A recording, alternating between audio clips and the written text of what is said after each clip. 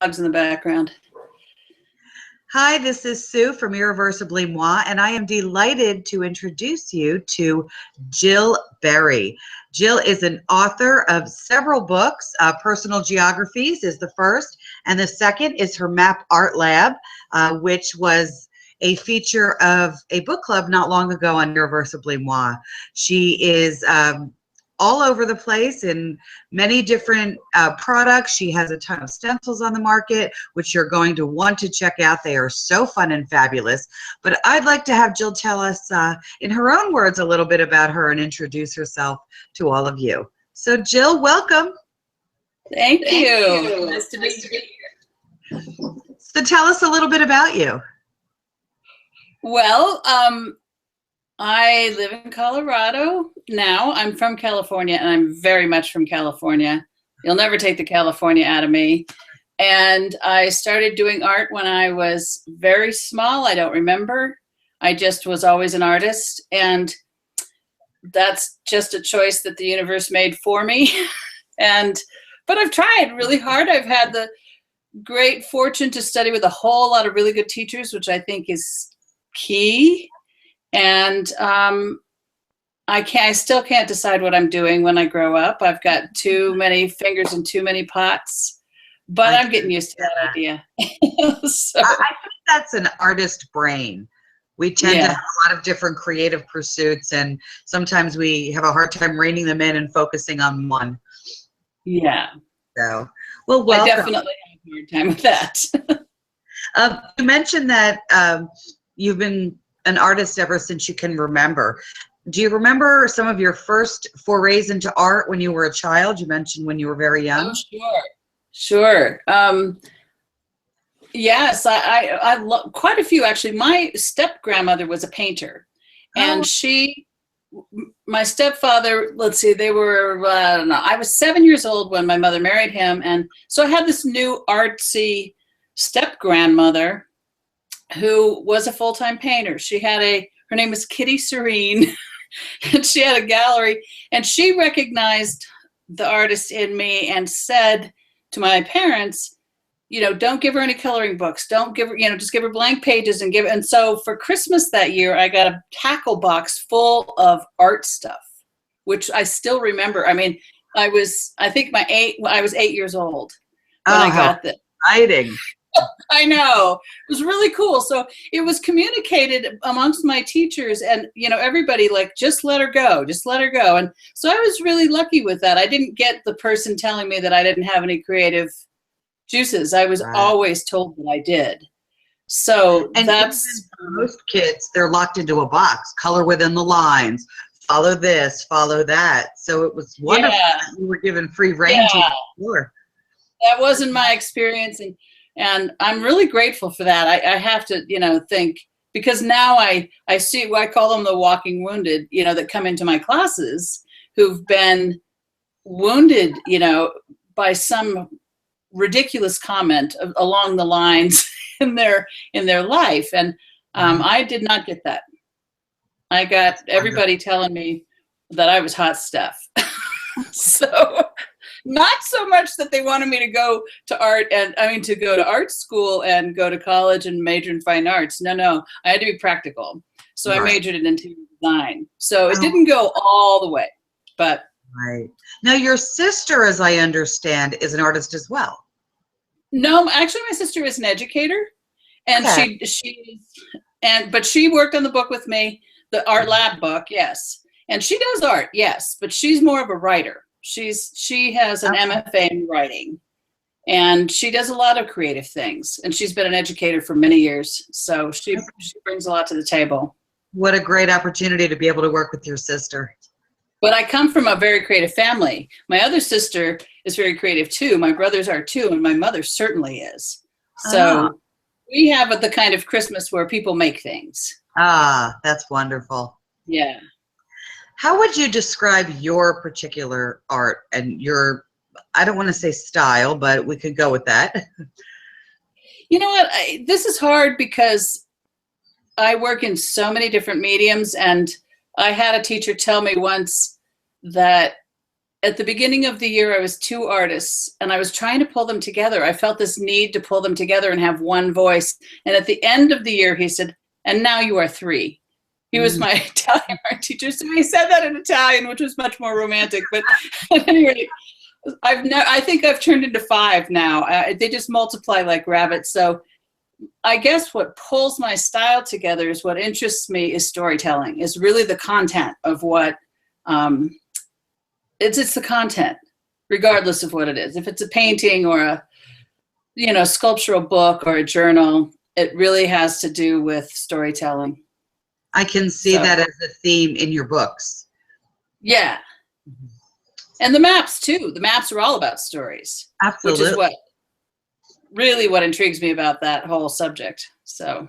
Absolutely. I was fascinated by that, and really did your first book as part of a book club with a local art store. And then your second, we of course used it as our book club for Irreversibly Moi. And you look at maps in such a unique way that I think most people don't. And it allows you to explore different facets of art and creativity and just thinking in a completely different way. And that's what I really enjoyed about them, because it wasn't just a map. It was a map of your mind, your body, where you live, your dreams, right. and that's really exciting. So, which is actually not my idea. And really? No, it's not my idea. This has been around for a million years. And, and personal geographies, I give you all the sources, like sometimes ancient sources of where these ideas came from. I think it's an innate drive that some of us have, but body maps have been made for years, many hundreds of years. So, I believe that these ideas come to you. It's interesting because Big Magic is a big book that's out right now, Elizabeth Gilbert. And I thought, well, this is what I've been saying in my classes for 20 years. Right. Genius is out there. It's floating around. It sometimes lands on you and says, do you want to take this on or not? And I feel like that's what happened with the maps, is that I was the one that took it on. Somebody was going to. Somebody was going to, and it might as well be me. So that's really how I feel. I feel like, it was an opportunity. Right. It was an opportunity. It went floating by, and I said, oh, that's a pretty balloon. I want to take that one. And it seems that the response to your 2 books on map making has been quite well received. It's been. Yes. Yeah. And I have another one coming out. About maps? Yes. In fact, I am on the final, here's my manuscript. Yay! In the final design stages. It'll be out next summer. This one's different because it's actually using maps in artworks. And it's a collection of brilliant artists all over the world who actually incorporate maps into their work. So it's not about making them, it's about using them, which is different. But it's still maps. It's still, for those of us who are crazy wild about maps. Right. And there's a lot of material in there of how to find them, how to find the really cool maps that we used, and links to free maps. And it just never ends. What's the next one going to be? Who knows? That's great. I'm looking forward to seeing that one and getting my hands on it. Maybe that will be another book club book for the future with us. What advice would you give to someone who's just starting out as an artist, or has creative inclinations but doesn't know where to take them? I would say the most important thing is to stay active. The most important thing is action, and that's true in almost every aspect of life. Taking action is the number one thing, and that is just getting to it. Get to it, get to it, get to it. And accept the fact that you are where you are. I think what I see, and I was just in a class this weekend, there was a woman sitting next to me who was getting very frustrated. We were trying something that was new and very difficult. And she just got so frustrated that she just sat there and folded her arms, and it's like that was the end of that, because she was unwilling to be a beginner. And I thought, gosh, the rest of us are going to come out of here with having tried this thing. Well, we're beginners. We can't possibly be like, we don't have anywhere near her education or what. That's ludicrous to think that. But some people do come in with such high expectations of what they're supposed to accomplish in a class, and that ruins it for them. Right. And so I think the best gift you can give yourself is to say, you know what, here's what I'm doing. I'm going into this class to learn from my fellow students. I'm going in to learn from the teacher I'm paying to be here. I'm going to learn as much as I can and put my expectations and my ego out the door. I was just going to say, it sounds like putting your ego aside is a key part of that. Because otherwise, you might as well build your little fence around yourself and just be there. Because there's no way you're going to move forward if you keep building the fences in front of yourself. You're just going to have to keep leaping over. It makes it harder. Open the gate. Just walk through. Absolutely. Yeah. Great advice. What inspires you to create? When you sit down in your studio, what gives you that spark of inspiration to get started? Well, I think first of all, I'm learning this now is that the spark is not something you should even consider, because if you wait for a spark, you're going to be waiting for a while. And so one of the things that keeps me going is I have projects that I get inspired by. I put them in project bags. And when I run out of time, I put them all in a bag and with a label with all the part pieces of the things that I can finish later. So if I have an hour, I can pull out something that's, an hour. If I can't get my paints out, I pull out something that I can do with colored pencil. So it's just really, again, keep working, keep working, keep working. If you wait, it's not a feeling. It's not a feeling. It's a lifestyle. It's like, when are you inspired to breathe? Well, you kind of have to. You kind of have to do it. The alternative is not so good. No, it isn't. And you know what? I've really learned that this year because I had a really challenging year and I've had a hard time getting myself into the studio. And I realized this isn't a choice. I need to just do it.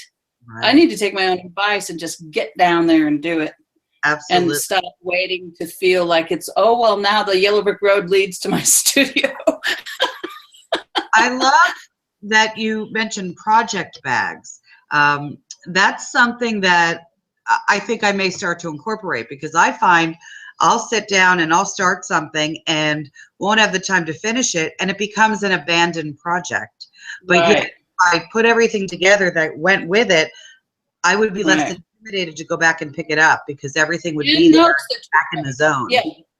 Yeah. Notes that you've made, little palettes that you've worked out, whatever stuff. They have these big Ziploc bags that are like this. Right, right. I don't know what they're meant to be, but that's what I use them for. Oh, that's awesome. That's a great idea. Yeah. And you can write on the front of them with a Sharpie pen, here's what it is. And so. Many moons ago when I did a lot of scrapbooking, I used the gallon bags, which would fit a 12 by 12 page in it. And I would do something similar, but I haven't incorporated that as I've evolved in my own art, where I'm using a lot more, a lot of different mediums. So that's a great tip. It works well. It works well. I have the bottom drawer of my file cabinet is where my project bags are. Okay. So it's 3 levels, and the top 2 are files, and the bottom file drawer is the project bags. Great idea. Do you art journal? Yes. Do you bind your own journals, or do you use a? I have some of them. Okay. Here's one little project I have going now. I went to a thrift store and I found these old encyclopedias, and the covers are fantastic. So I am turning them all into journals. And here's one. Oh. They're fabulous, and they're so I got them for 50 cents a piece. I think I got 7 of them. And so I take the text block out, and now this is fine bookbinding. Not everyone can do this one, but I'll show you one you can do. And then I put in a new text block, and so I can put in, my own pages. And so this is watercolor paper that I bind back into this. And then I put a little loop here where I can put hang a pen. Oh, okay. Now with watercolor paper, do you prefer? This one I just finished. It's blank, but there's my little pen. And so. Now do you bring that with you when you are out and about? So if. Oh yeah. This one's a lot easier. This one is made with oilcloth, which is, you know, tablecloth. And then this is what, see, these are my paste papers. And then I make little buttons out of Fimo. Oh. You can make your own buttons too. And then, you know, this one has 3 signatures in it. And it has, I put all different kinds of papers, but I don't use that many kinds of papers. I only use about 4. But I like to work on, and I can do little tip-in things. This is the front of. Oh, there! I was like that. I think that looks familiar, but That's from my journal. Yeah, they used that on the front cover. But I can put in black paper, which I like to use, and different weights of papers, and you know, hot press and cold press, and you know, whatever I want. So that's why I buy my own journals, because I have never found a journal that was commercially made that I like the paper. Never. Well, maybe there's your next project. This one's super, super easy. And actually, I'm doing a giveaway on my blog all year long. On the 16th of the month. It's my project called Sweet 16. And that is because I want the 2016 to be a whole lot better than 2015. I love it. One of the things I'll give away is the pattern for this. It'll be downloadable. Wonderful. And this is actually very similar to a journal that Tisha Moore makes. I think mine is a little easier, but anyway, it's a 3 signature long stitch journal. This one seriously you can make in like an hour and a half. Which do you've mentioned hot and cold pressed paper, watercolor paper. Which do you prefer, and is it situational?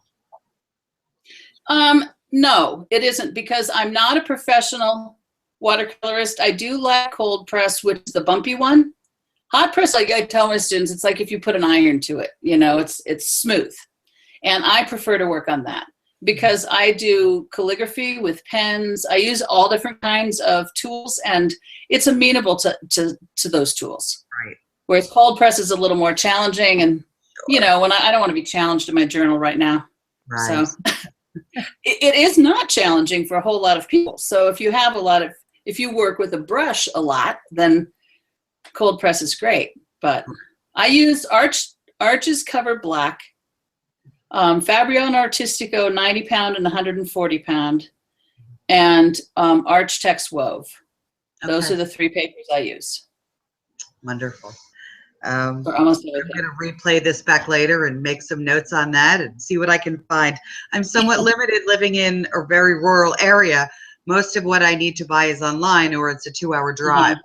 Well, here's the thing about it is that if you decide the papers that you love the most, then you order them in bulk. And then you never have to look at papers again. You just have your stack of papers over in the corner and you're done. You know? So for you, it's actually a pretty good situation, because you can get them from almost every online retailer, those 3 papers. Or, you know, any kind of paper. It doesn't matter what you do. Right. And it takes the pressure off. One of my secrets is I make a list of all the things that I'm never going to do again. Because for those of us who are a little too expensive, it kind of limits you. It's been something I've been doing for 20 years. And one of them is looking for paper. I'm uninterested in knowing anything about any other paper as long as I live. I have the ones I want. They do what I want them to do. And that's what I order. That's all I use. That's all I order. Are there certain colors that you tend toward over others? No. That used to be true, and certainly I go through phases. Like right now, I'm like crazy wild about orange, which, you know, I used to hate. I used to think, I don't want to put it orange in anything, and now I'm really enjoying it. I'm actually doing orange backgrounds in paintings, which is so bizarre. But I don't know. I don't know if it's because I live in Broncos territory now. I don't know. That's subliminal. It's everywhere you look. It could be. I just like to experiment, and also, you know, I am an artist educator for Golden Paints, and so Golden comes out with some pretty sweet colors, and it's like one of the new ones to me is called Smelt. It's like, oh, that's a very cool color. So I let them intrigue me too. That's awesome. I'll have to check out that color. I'm a big Golden fan. Well, how can you be? They're fabulous. Absolutely. Absolutely. The highest quality. Yeah. what are the top 5 tools that you think every artist or art journaler or journalist needs to have in their arsenal, except for paper? Oh, okay. Except I was going to say number 1 is good paper. Do not sacrifice that. Let's see. I would say a really good set of graphite pencils. I work in graphite a lot. And once you learn about them, you can do a whole lot of stuff with a set of maybe 5 pencils. A lot. You can learn a lot about shadow and dark and grading, things like that. So I would say that. I would say, let's see, for journals, I would say a set of, waterproof pens, because like I use Micron, but there's all sorts of different ones that you can draw with that are waterproof because you can watercolor over the top of them. I don't know if now is the time, but I was going to show you. I work a lot in pencil when I'm out in the field. Then I come home, I add the pen, and then I add the watercolor, which is not what everyone, I'm going to show you what I'm talking about. I think people think that a lot of people journal out there in the field and just get it all down. And Right, how do they do that? Okay, so if you can see, this is a pencil page. Okay. This is what I did when I'm out in the field. I'm listening to a lecture, actually. So then I go in after that with my eraser and my pen, and I do this. Okay. And so everything gets neater. I can rewrite the words or whatever. I can, focus on some big words. I can erase things I don't want. Okay, so that's that. And then it turns into this. Oh. So I'm not actually doing this on the site because I don't have time. So that's how I do it. I was quiet there because every time I speak, the camera goes off me, and I wanted everyone to be able to see those illustrations. That's wonderful. That's gorgeous. And I think that many people, especially those just starting out, think that just happens. That Right. someone sits down and that's their first go of it. And that was a wonderful illustration to show that there's a lot more to it, and there's steps, and you don't need to do it all at once. No, you don't. And, another class that I teach is, this is the same thing. This is a spontaneous deconstructed journal. This is a journal that's done flat, and then you bind it later. But this is all notes from a class. This is from Art Fest. These are classes that I took. So these are all my notes from when I went to Art Fest. So here, the same thing is like this page was done in pencil, and this is while the teacher is talking. And then I went in and changed it later to make it more attractive. But this was a class with Katie Kendrick, see? Right. So this is all my notes and all my journaling and my maps and stuff from that 5 days at Art Fest. That's awesome. Now, what is that created on? This is Fabriano Artistico. This one is 140 pounds. Yeah. Now, for the list of top 5 tools, in addition to good paper, we have a set of pencils. A set of pencils, a set of pens. Mm-hmm. I would say an inexpensive, if you're just starting out, an inexpensive set of watercolors. And one that I like is a little round set by Kohinoor. It's stackable. I don't know if you've seen it. I didn't get it out right now. Well, I can send you the link to find it. It's very inexpensive. It's a little set of stacking discs, and each one of them has about 5 colors on it. So you get about maybe 25 colors, but they're very nice for the price. Very, very nice. Resource for our community. It's a great resource, and it's packable, so you can stick them in your backpack. They're small. It's maybe 3 inches across. It's a really sweet little set. Great. So I would say, start out with that. This is like things you can get all of them for under $20, something like that. Those watercolors are less than $10. I'm saying you can get the pencils and the pens. It's pretty inexpensive. Absolutely. Yeah. We I would say a little set of watercolors. How many more do we have? We have pencils, pens, and watercolors. So we have 3. We need 2 more. So I have 2 more. 2 more. Okay. I'm not huge into gluing stuff into my journal. That's not my main focus. I actually use rubbing waxes a lot. I do. I use rubbing waxes to get images into my journals. So for me, that would be, pardon? What, can you explain a little bit about rubbing waxes? Yes, let me see if I can find an example. These are kind of, rubbing wax is actually, they used to be gravestone waxes where you could do rubbings of gravestones, and also brass, antique and vintage brass. This is something that's common in Europe, but you can get, they're hard to find now in the US. I have a link that I can send you on where to get the different waxes, but I really love them because. You don't mean like an Inca Gold or something like that? Okay. These are coming in like a little round disc or in a crayon, and they're very hard, and they have a lot of pigment and a lot less wax. Unlike a crayon, you can't really use a crayon. A crayon is too small.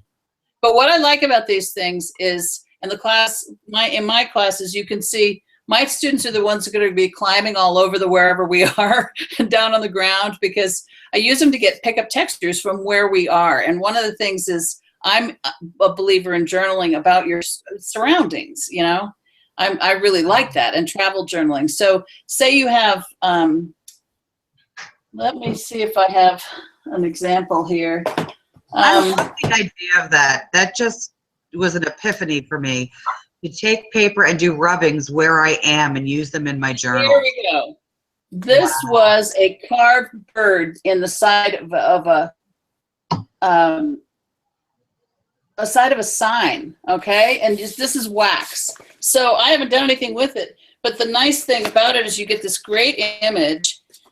Here we go. See how it says Whidbey Island? That was a sign, a metal sign in a park. And so this is. I am so excited. This discussion alone was worth it for that. Well, good. I use that a lot. So I would say waxes. I do use them a lot, and you can use them with stencils, but I do them to get a lot of imagery from where I am, you know, from signage, and it's just really cool stuff. And when you paint over it, the wax acts as a resist. So you get really beautiful kind of batik-y work in your journals. And especially if you can't put a heavy hand over it. You have to float the stuff over it. But I did an article in Cloth, Paper, Scissors about this, I think last year. So I'll have to find it's something, I mean, if you've taken a class from me, you've done this. It's a big part of what I do. I'm looking to see it in an art fest because I want people to be out looking around. I am going to see if I can find the link to that article and include it with this interview so that our readers can find that. Okay. So, and if you have trouble with that, let me know, and I'll see what I can do. There might be a PDF there. Great. Awesome. Thank you. Well, this kind of leads into that. I've got one more thing. Let's see. I've got one more thing, don't I? You do. Yes. That's only 4. That's only 4. Oh. I'm trying to think of, I know. Water brushes. Water brushes. That's in my kit. Always, always, always. And those are brushes I just fill with clear water and use with, you know, instead of carrying a water container and a paintbrush. Like these deals. Yes, exactly. Okay, so this kind of goes into the last one where you mentioned your the rubbings, but what are your go-to techniques, the one that you find yourself using over and over again? Oh no. It depends on what I'm doing. I mean, let's see.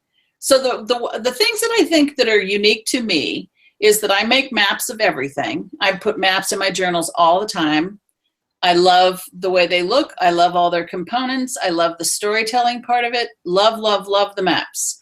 I also use the wax and look around. I'm always looking for textures. Like I said, if you see, a class where my students are hanging off of things, trying to get rubbings off of stuff, that's always my class doing that. I think that's really fun. So that's something that is definitely unique to me. I also, one thing that I think that would be unique, and I don't know what the deal is with this, but I don't use black. I don't paint with black ever. Unless it's on the background of something. I use black paper and I use black canvases and black gesso, but I use no black at all in anything that I do. So that's one of my crutches, using black. If it's missing something, we'll throw a little black in it. So. Well, you know what? It's what calls to everybody. I remember hearing when I was a kid, black does not, from my grandmother, for the step grandmother, black does not occur in nature. You don't use black. And there's these voices in your head, and it's like, it really doesn't. Right. Dark neutral occurred in nature, but black does not. So I don't use it. What artists, contemporary artists, well, alive now, we'll say, do you admire right now? My number one is Wayne Thiebaud. Wayne Thiebaud is a painter in California. He is my greatest inspiration. If I could paint like anybody, it would be him. I named my dog after him. I actually flew to San Francisco to see a show of his because I knew it would never come here. And I actually went to San Francisco to see the show. I am completely crazy about his work. Completely crazy. He was known for kind of pop art in the 60s, but that's not really what he does. And you can, if you go on my blog, when I went to his art show in San Francisco, which was about 3 years ago, they allowed me to take photographs. So I took a lot of close-up photographs of his paintings. So if you Google Wayne Thiebaud and my blog, or I can send you the direct link, you will see a lot of what I'm talking about. Awesome. The guy is astonishing. He's astonishing. Amazing. And where is he based out of? Is he a U.S. artist?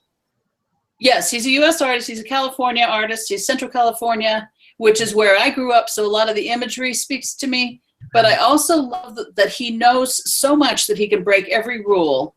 And that's something is you really have to know the rules to break them, in my point of view. And he knows all the rules. He paints every day. He's in his 90s. He paints every single day, and he breaks every possible rule. But you can't tell until you start to analyze one of his paintings. But they're just his colors, his compositions, his narrative, all of it.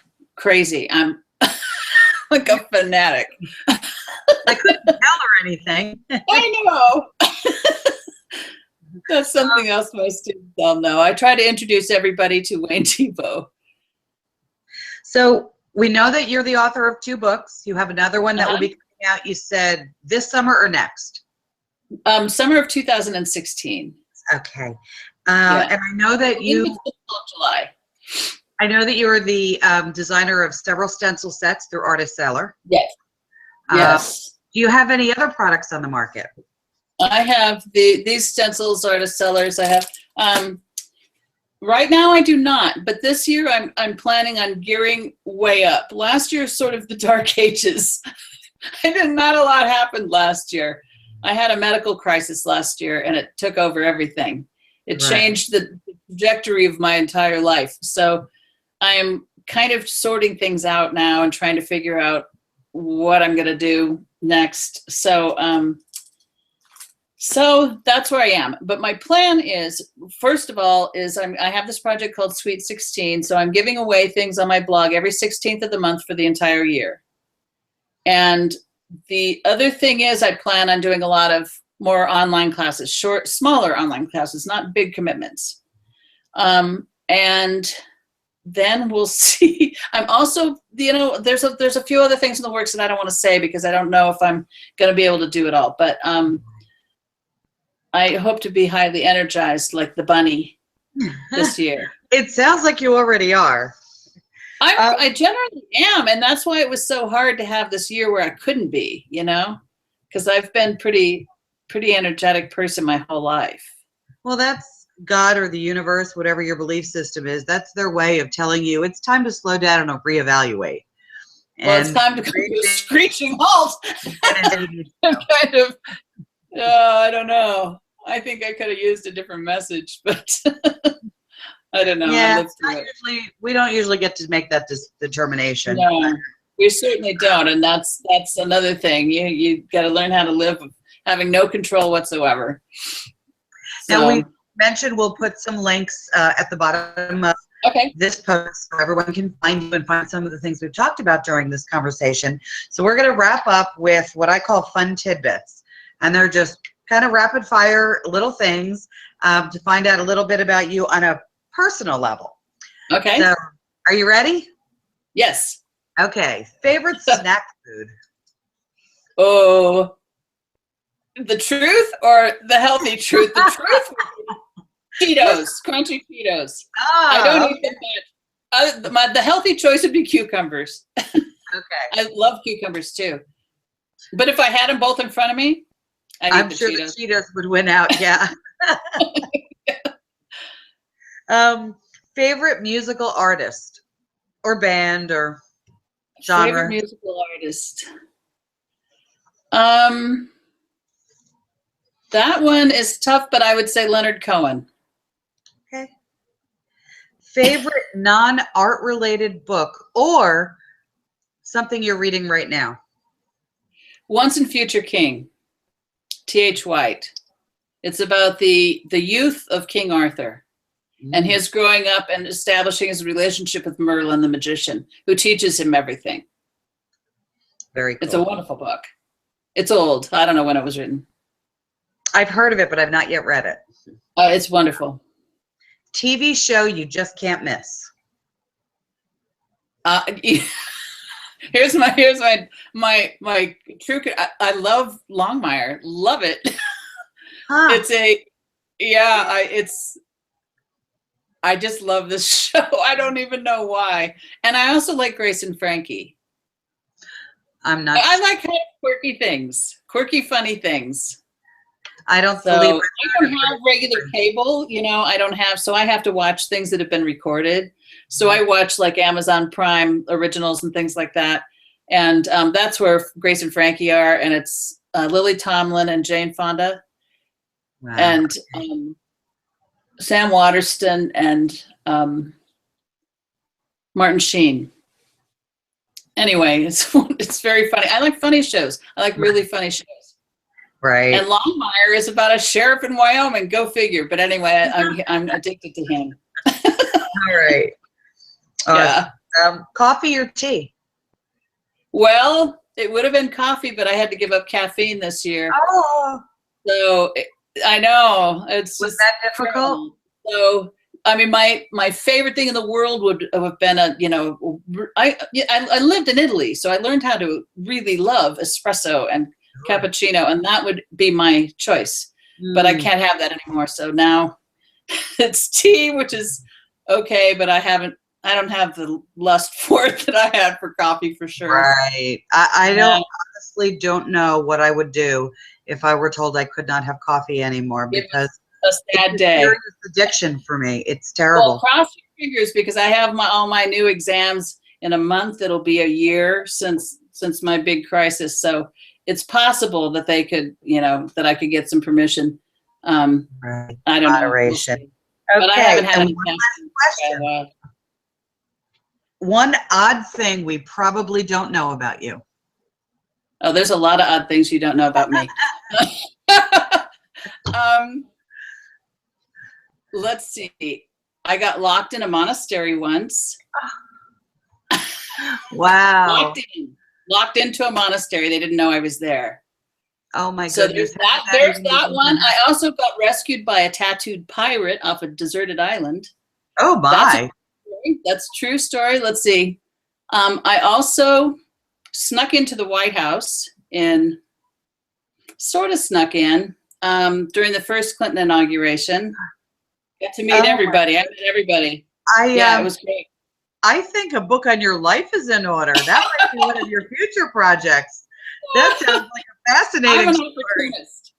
I am definitely an opportunist. I mean, if there's something exciting, if there's anything exciting within 15 miles of me, I'm going to find it. I'm like, I want to put my face in it. But my mother always says, I'm like, why do these things happen to me? And I'm like, my God, you put your face in everything. I mean, if you stayed home, maybe. There's no fun in that.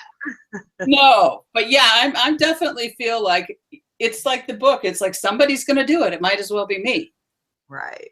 That's awesome. Well, I've really enjoyed speaking with you today, and I know that our community is just going to love getting to know more about you. We'll be sure to give them all the links and ways to find you and Great. find your cool projects, your Sweet 16 project, and some of the articles you've mentioned.